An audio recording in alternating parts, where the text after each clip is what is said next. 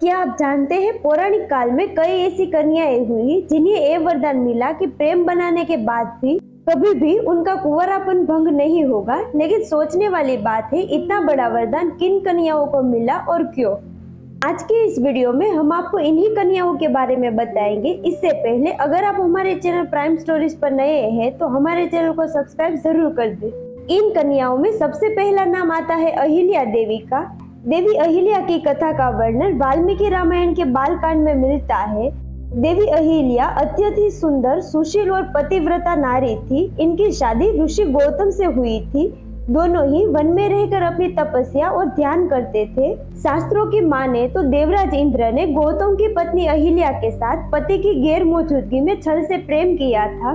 एक बार ऋषि गौतम आश्रम के पास तप कर रहे थे, लेकिन जब ऋषि गौतम को अनुभव हुआ कि अभी रात बची है और सुबह होने में समय है, तब वह एक बार फिर से आश्रम की ओर चले गए।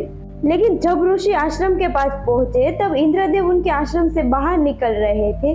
उन्होंने इंद्रदेव को पहचान लिया।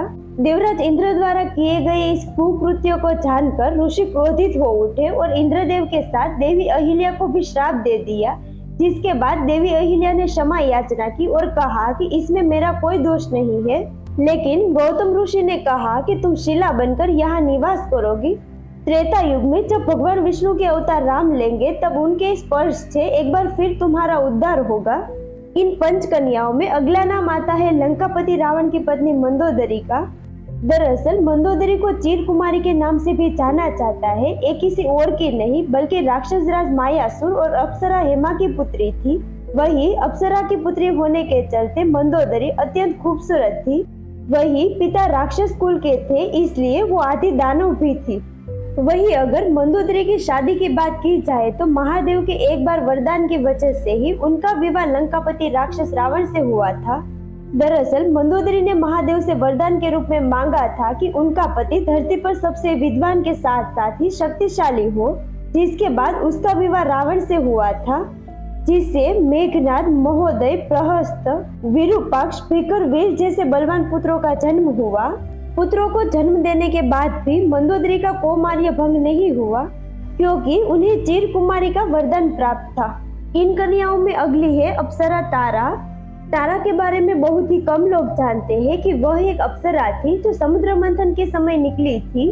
तारा के बारे में बहुत ही कम लोग जानते हैं कि वह एक अप्सरा थी जो समुद्र मंथन के समय निकली थी। बाली और सुसेन दोनों ही इसे अपनी पत्नी बनाना चाहते थे। उस समय यह फैसला हुआ कि जो तारा के वामांग में खड़ा है वह उसका पति और जो दाहिने हाथ की तरफ खड़ा है वह उसका पिता होगा। जिसके बाद ही बाली का विवाह तारा से हो गया। जब बाली के भाई सुग्रीव ने उसका वध किया था, इसके बाद उसकी पत्नी तारा को बहुत दुख पहुंचा था। जब तारा को यह पता चला कि बाली को छल से मारा गया है तो उन्होंने श्री राम को कोसा और उन्हें एक श्राप दिया। श्राप के अनुसार भगवान राम अपनी पत्नी सीता को पाने के बाद जल्दी खो देंगे। उसने यह भी कहा कि अगले जन्म में उनकी मृत्यु उसी के पति बाली के हाथों से होगी। जिसके बाद द्वापर युग में श्री नारायण ने भगवान कृष्ण के रूप में जन्म लिया था और उनके इस अवतार का अंत एक शिकारी भील जरा के हाथ से हुआ था, जो कि बाली का ही दूसरा जन्म था। इन पंच कन्याओं में अगला नाम आता है माता कुंती का। कहा जाता है कि यदुवंशी राजा शूरसेन की पृथा नामक कन्या और वसुदेव नामक एक पुत्र था। पृथा को राजा शूरसेन ने अपनी बुआ के संतानहीन लड़के कुंती भोज को गोद दे दिया। कुंती भोज ने उसी कन्या का नाम कुंती रखा। इस तरह कुंती अपने असली माता पिता से दूर रही। जैसे कि दशरथ ने अपनी पुत्री शांता को अंग देश के राजा रोमपद को गोद दे दिया था।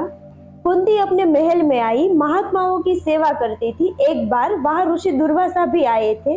कुंती की सेवा से खुश होकर ऋषिवन ने कहा, पुत्री, मैं तुम्हारी सेवा से अत्यंत प्रसन्न हूँ और मैं तुम्हें एक ऐसा मंत्र देता हूँ जिसके प्रयोग से तुम जिस भी देवता का स्मरण करोगे वह तत्काल तुम्हारे सामने प्रकट हो जाएंगे और तुम्हारी इच्छा पूर्ण करेंगे। इस तरह कुंती को एक अद्भुत मंत्र मिल गया। कुंती का विवाह हस्तिनापुर के राजा पांडु से हुआ था। कर्ण के साथ साथ कुंती के युधिष्ठिर, अर्जुन और भी 3 और पुत्र थे। वही नकुल और सहदेव पांडु की दूसरी पत्नी माद्री के पुत्र थे।